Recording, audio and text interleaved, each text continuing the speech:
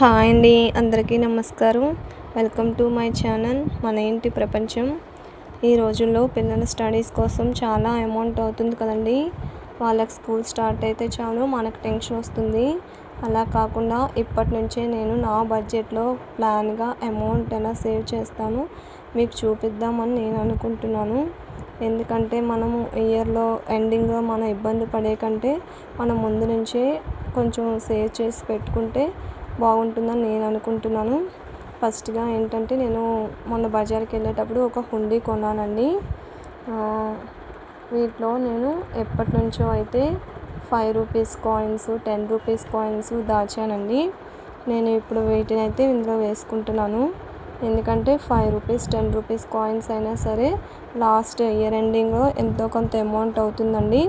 అది మనకి పిల్లల బుక్స్కి కానీ, యూనిఫామ్స్ కానీ, బ్యాగ్స్కి కానీ ఏదో ఒక విధంగా యూజ్ అవుతుందని నేనైతే ఇక్కడ ₹5, ₹10 కాయిన్స్ అన్నీ మనకి ఎక్కడికైనా మనం షాపింగ్ ఎక్కడికైనా వెళ్తాం కదండి, షాప్కి అప్పుడప్పుడు మనకి ఎంతో కొంత చేంజ్ అయితే మిగులుతుంది కదా, అదంతా తీసి నేను పక్కన పెట్టుకున్నానండి.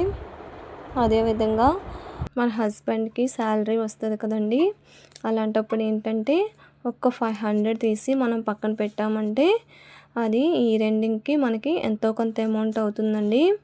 ఎందుకంటే మనం వేలకు వేలు మన ఇంట్లో బడ్జెట్ చూసుకొని మనం దాయాలంటే కష్టం కదండి. సో ఏంటంటే ఒక 500 తీసి మనం పక్కన పెట్టేస్తే అది మనకి ఈ రెండింగ్లో ఎంతో కొంత అమౌంట్ అవుతుంది.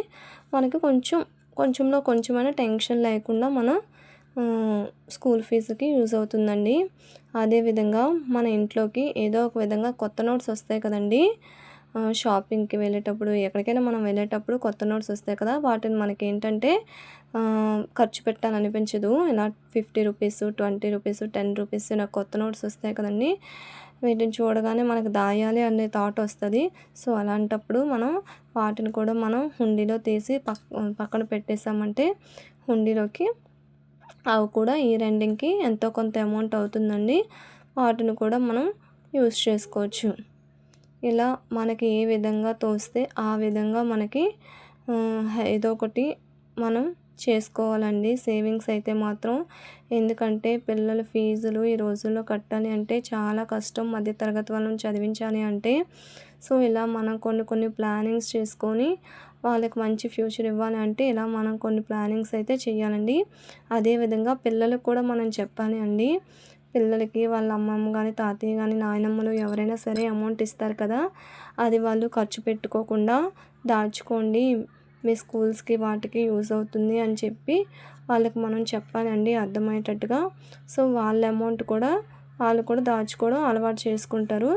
దీనివల్ల మొత్తం ఈ రెండింగ్లో ఇవన్నీ కూడా మనకి ఎంతో కొంత సగంలో సగమైనా సరే యూజ్ అవుతుంది కదండి. నెక్స్ట్ మా ఇంటి దగ్గర ఏం చేస్తారు అంటే ఒక చీటీ లాంటిది కడతారండి. ఇయర్ మొత్తం చీటీ కడతారు. అంటే మంత్లీ 500 మనం పే చేస్తే 6000 అవుతుంది కండి ఇయరంతా. దానికి వాళ్ళు 1000 కలిపి యాడ్ చేసి ఇస్తారు. కానీ ఎవరు తెలియని వాళ్ళ దగ్గర అయితే మాత్రం కట్టకండి.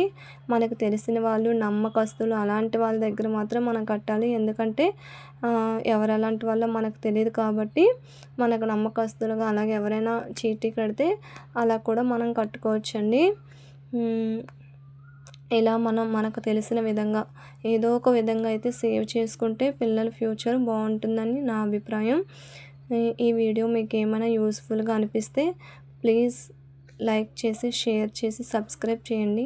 ప్లీజ్ మన ఇంటి ప్రపంచం ఛానల్ని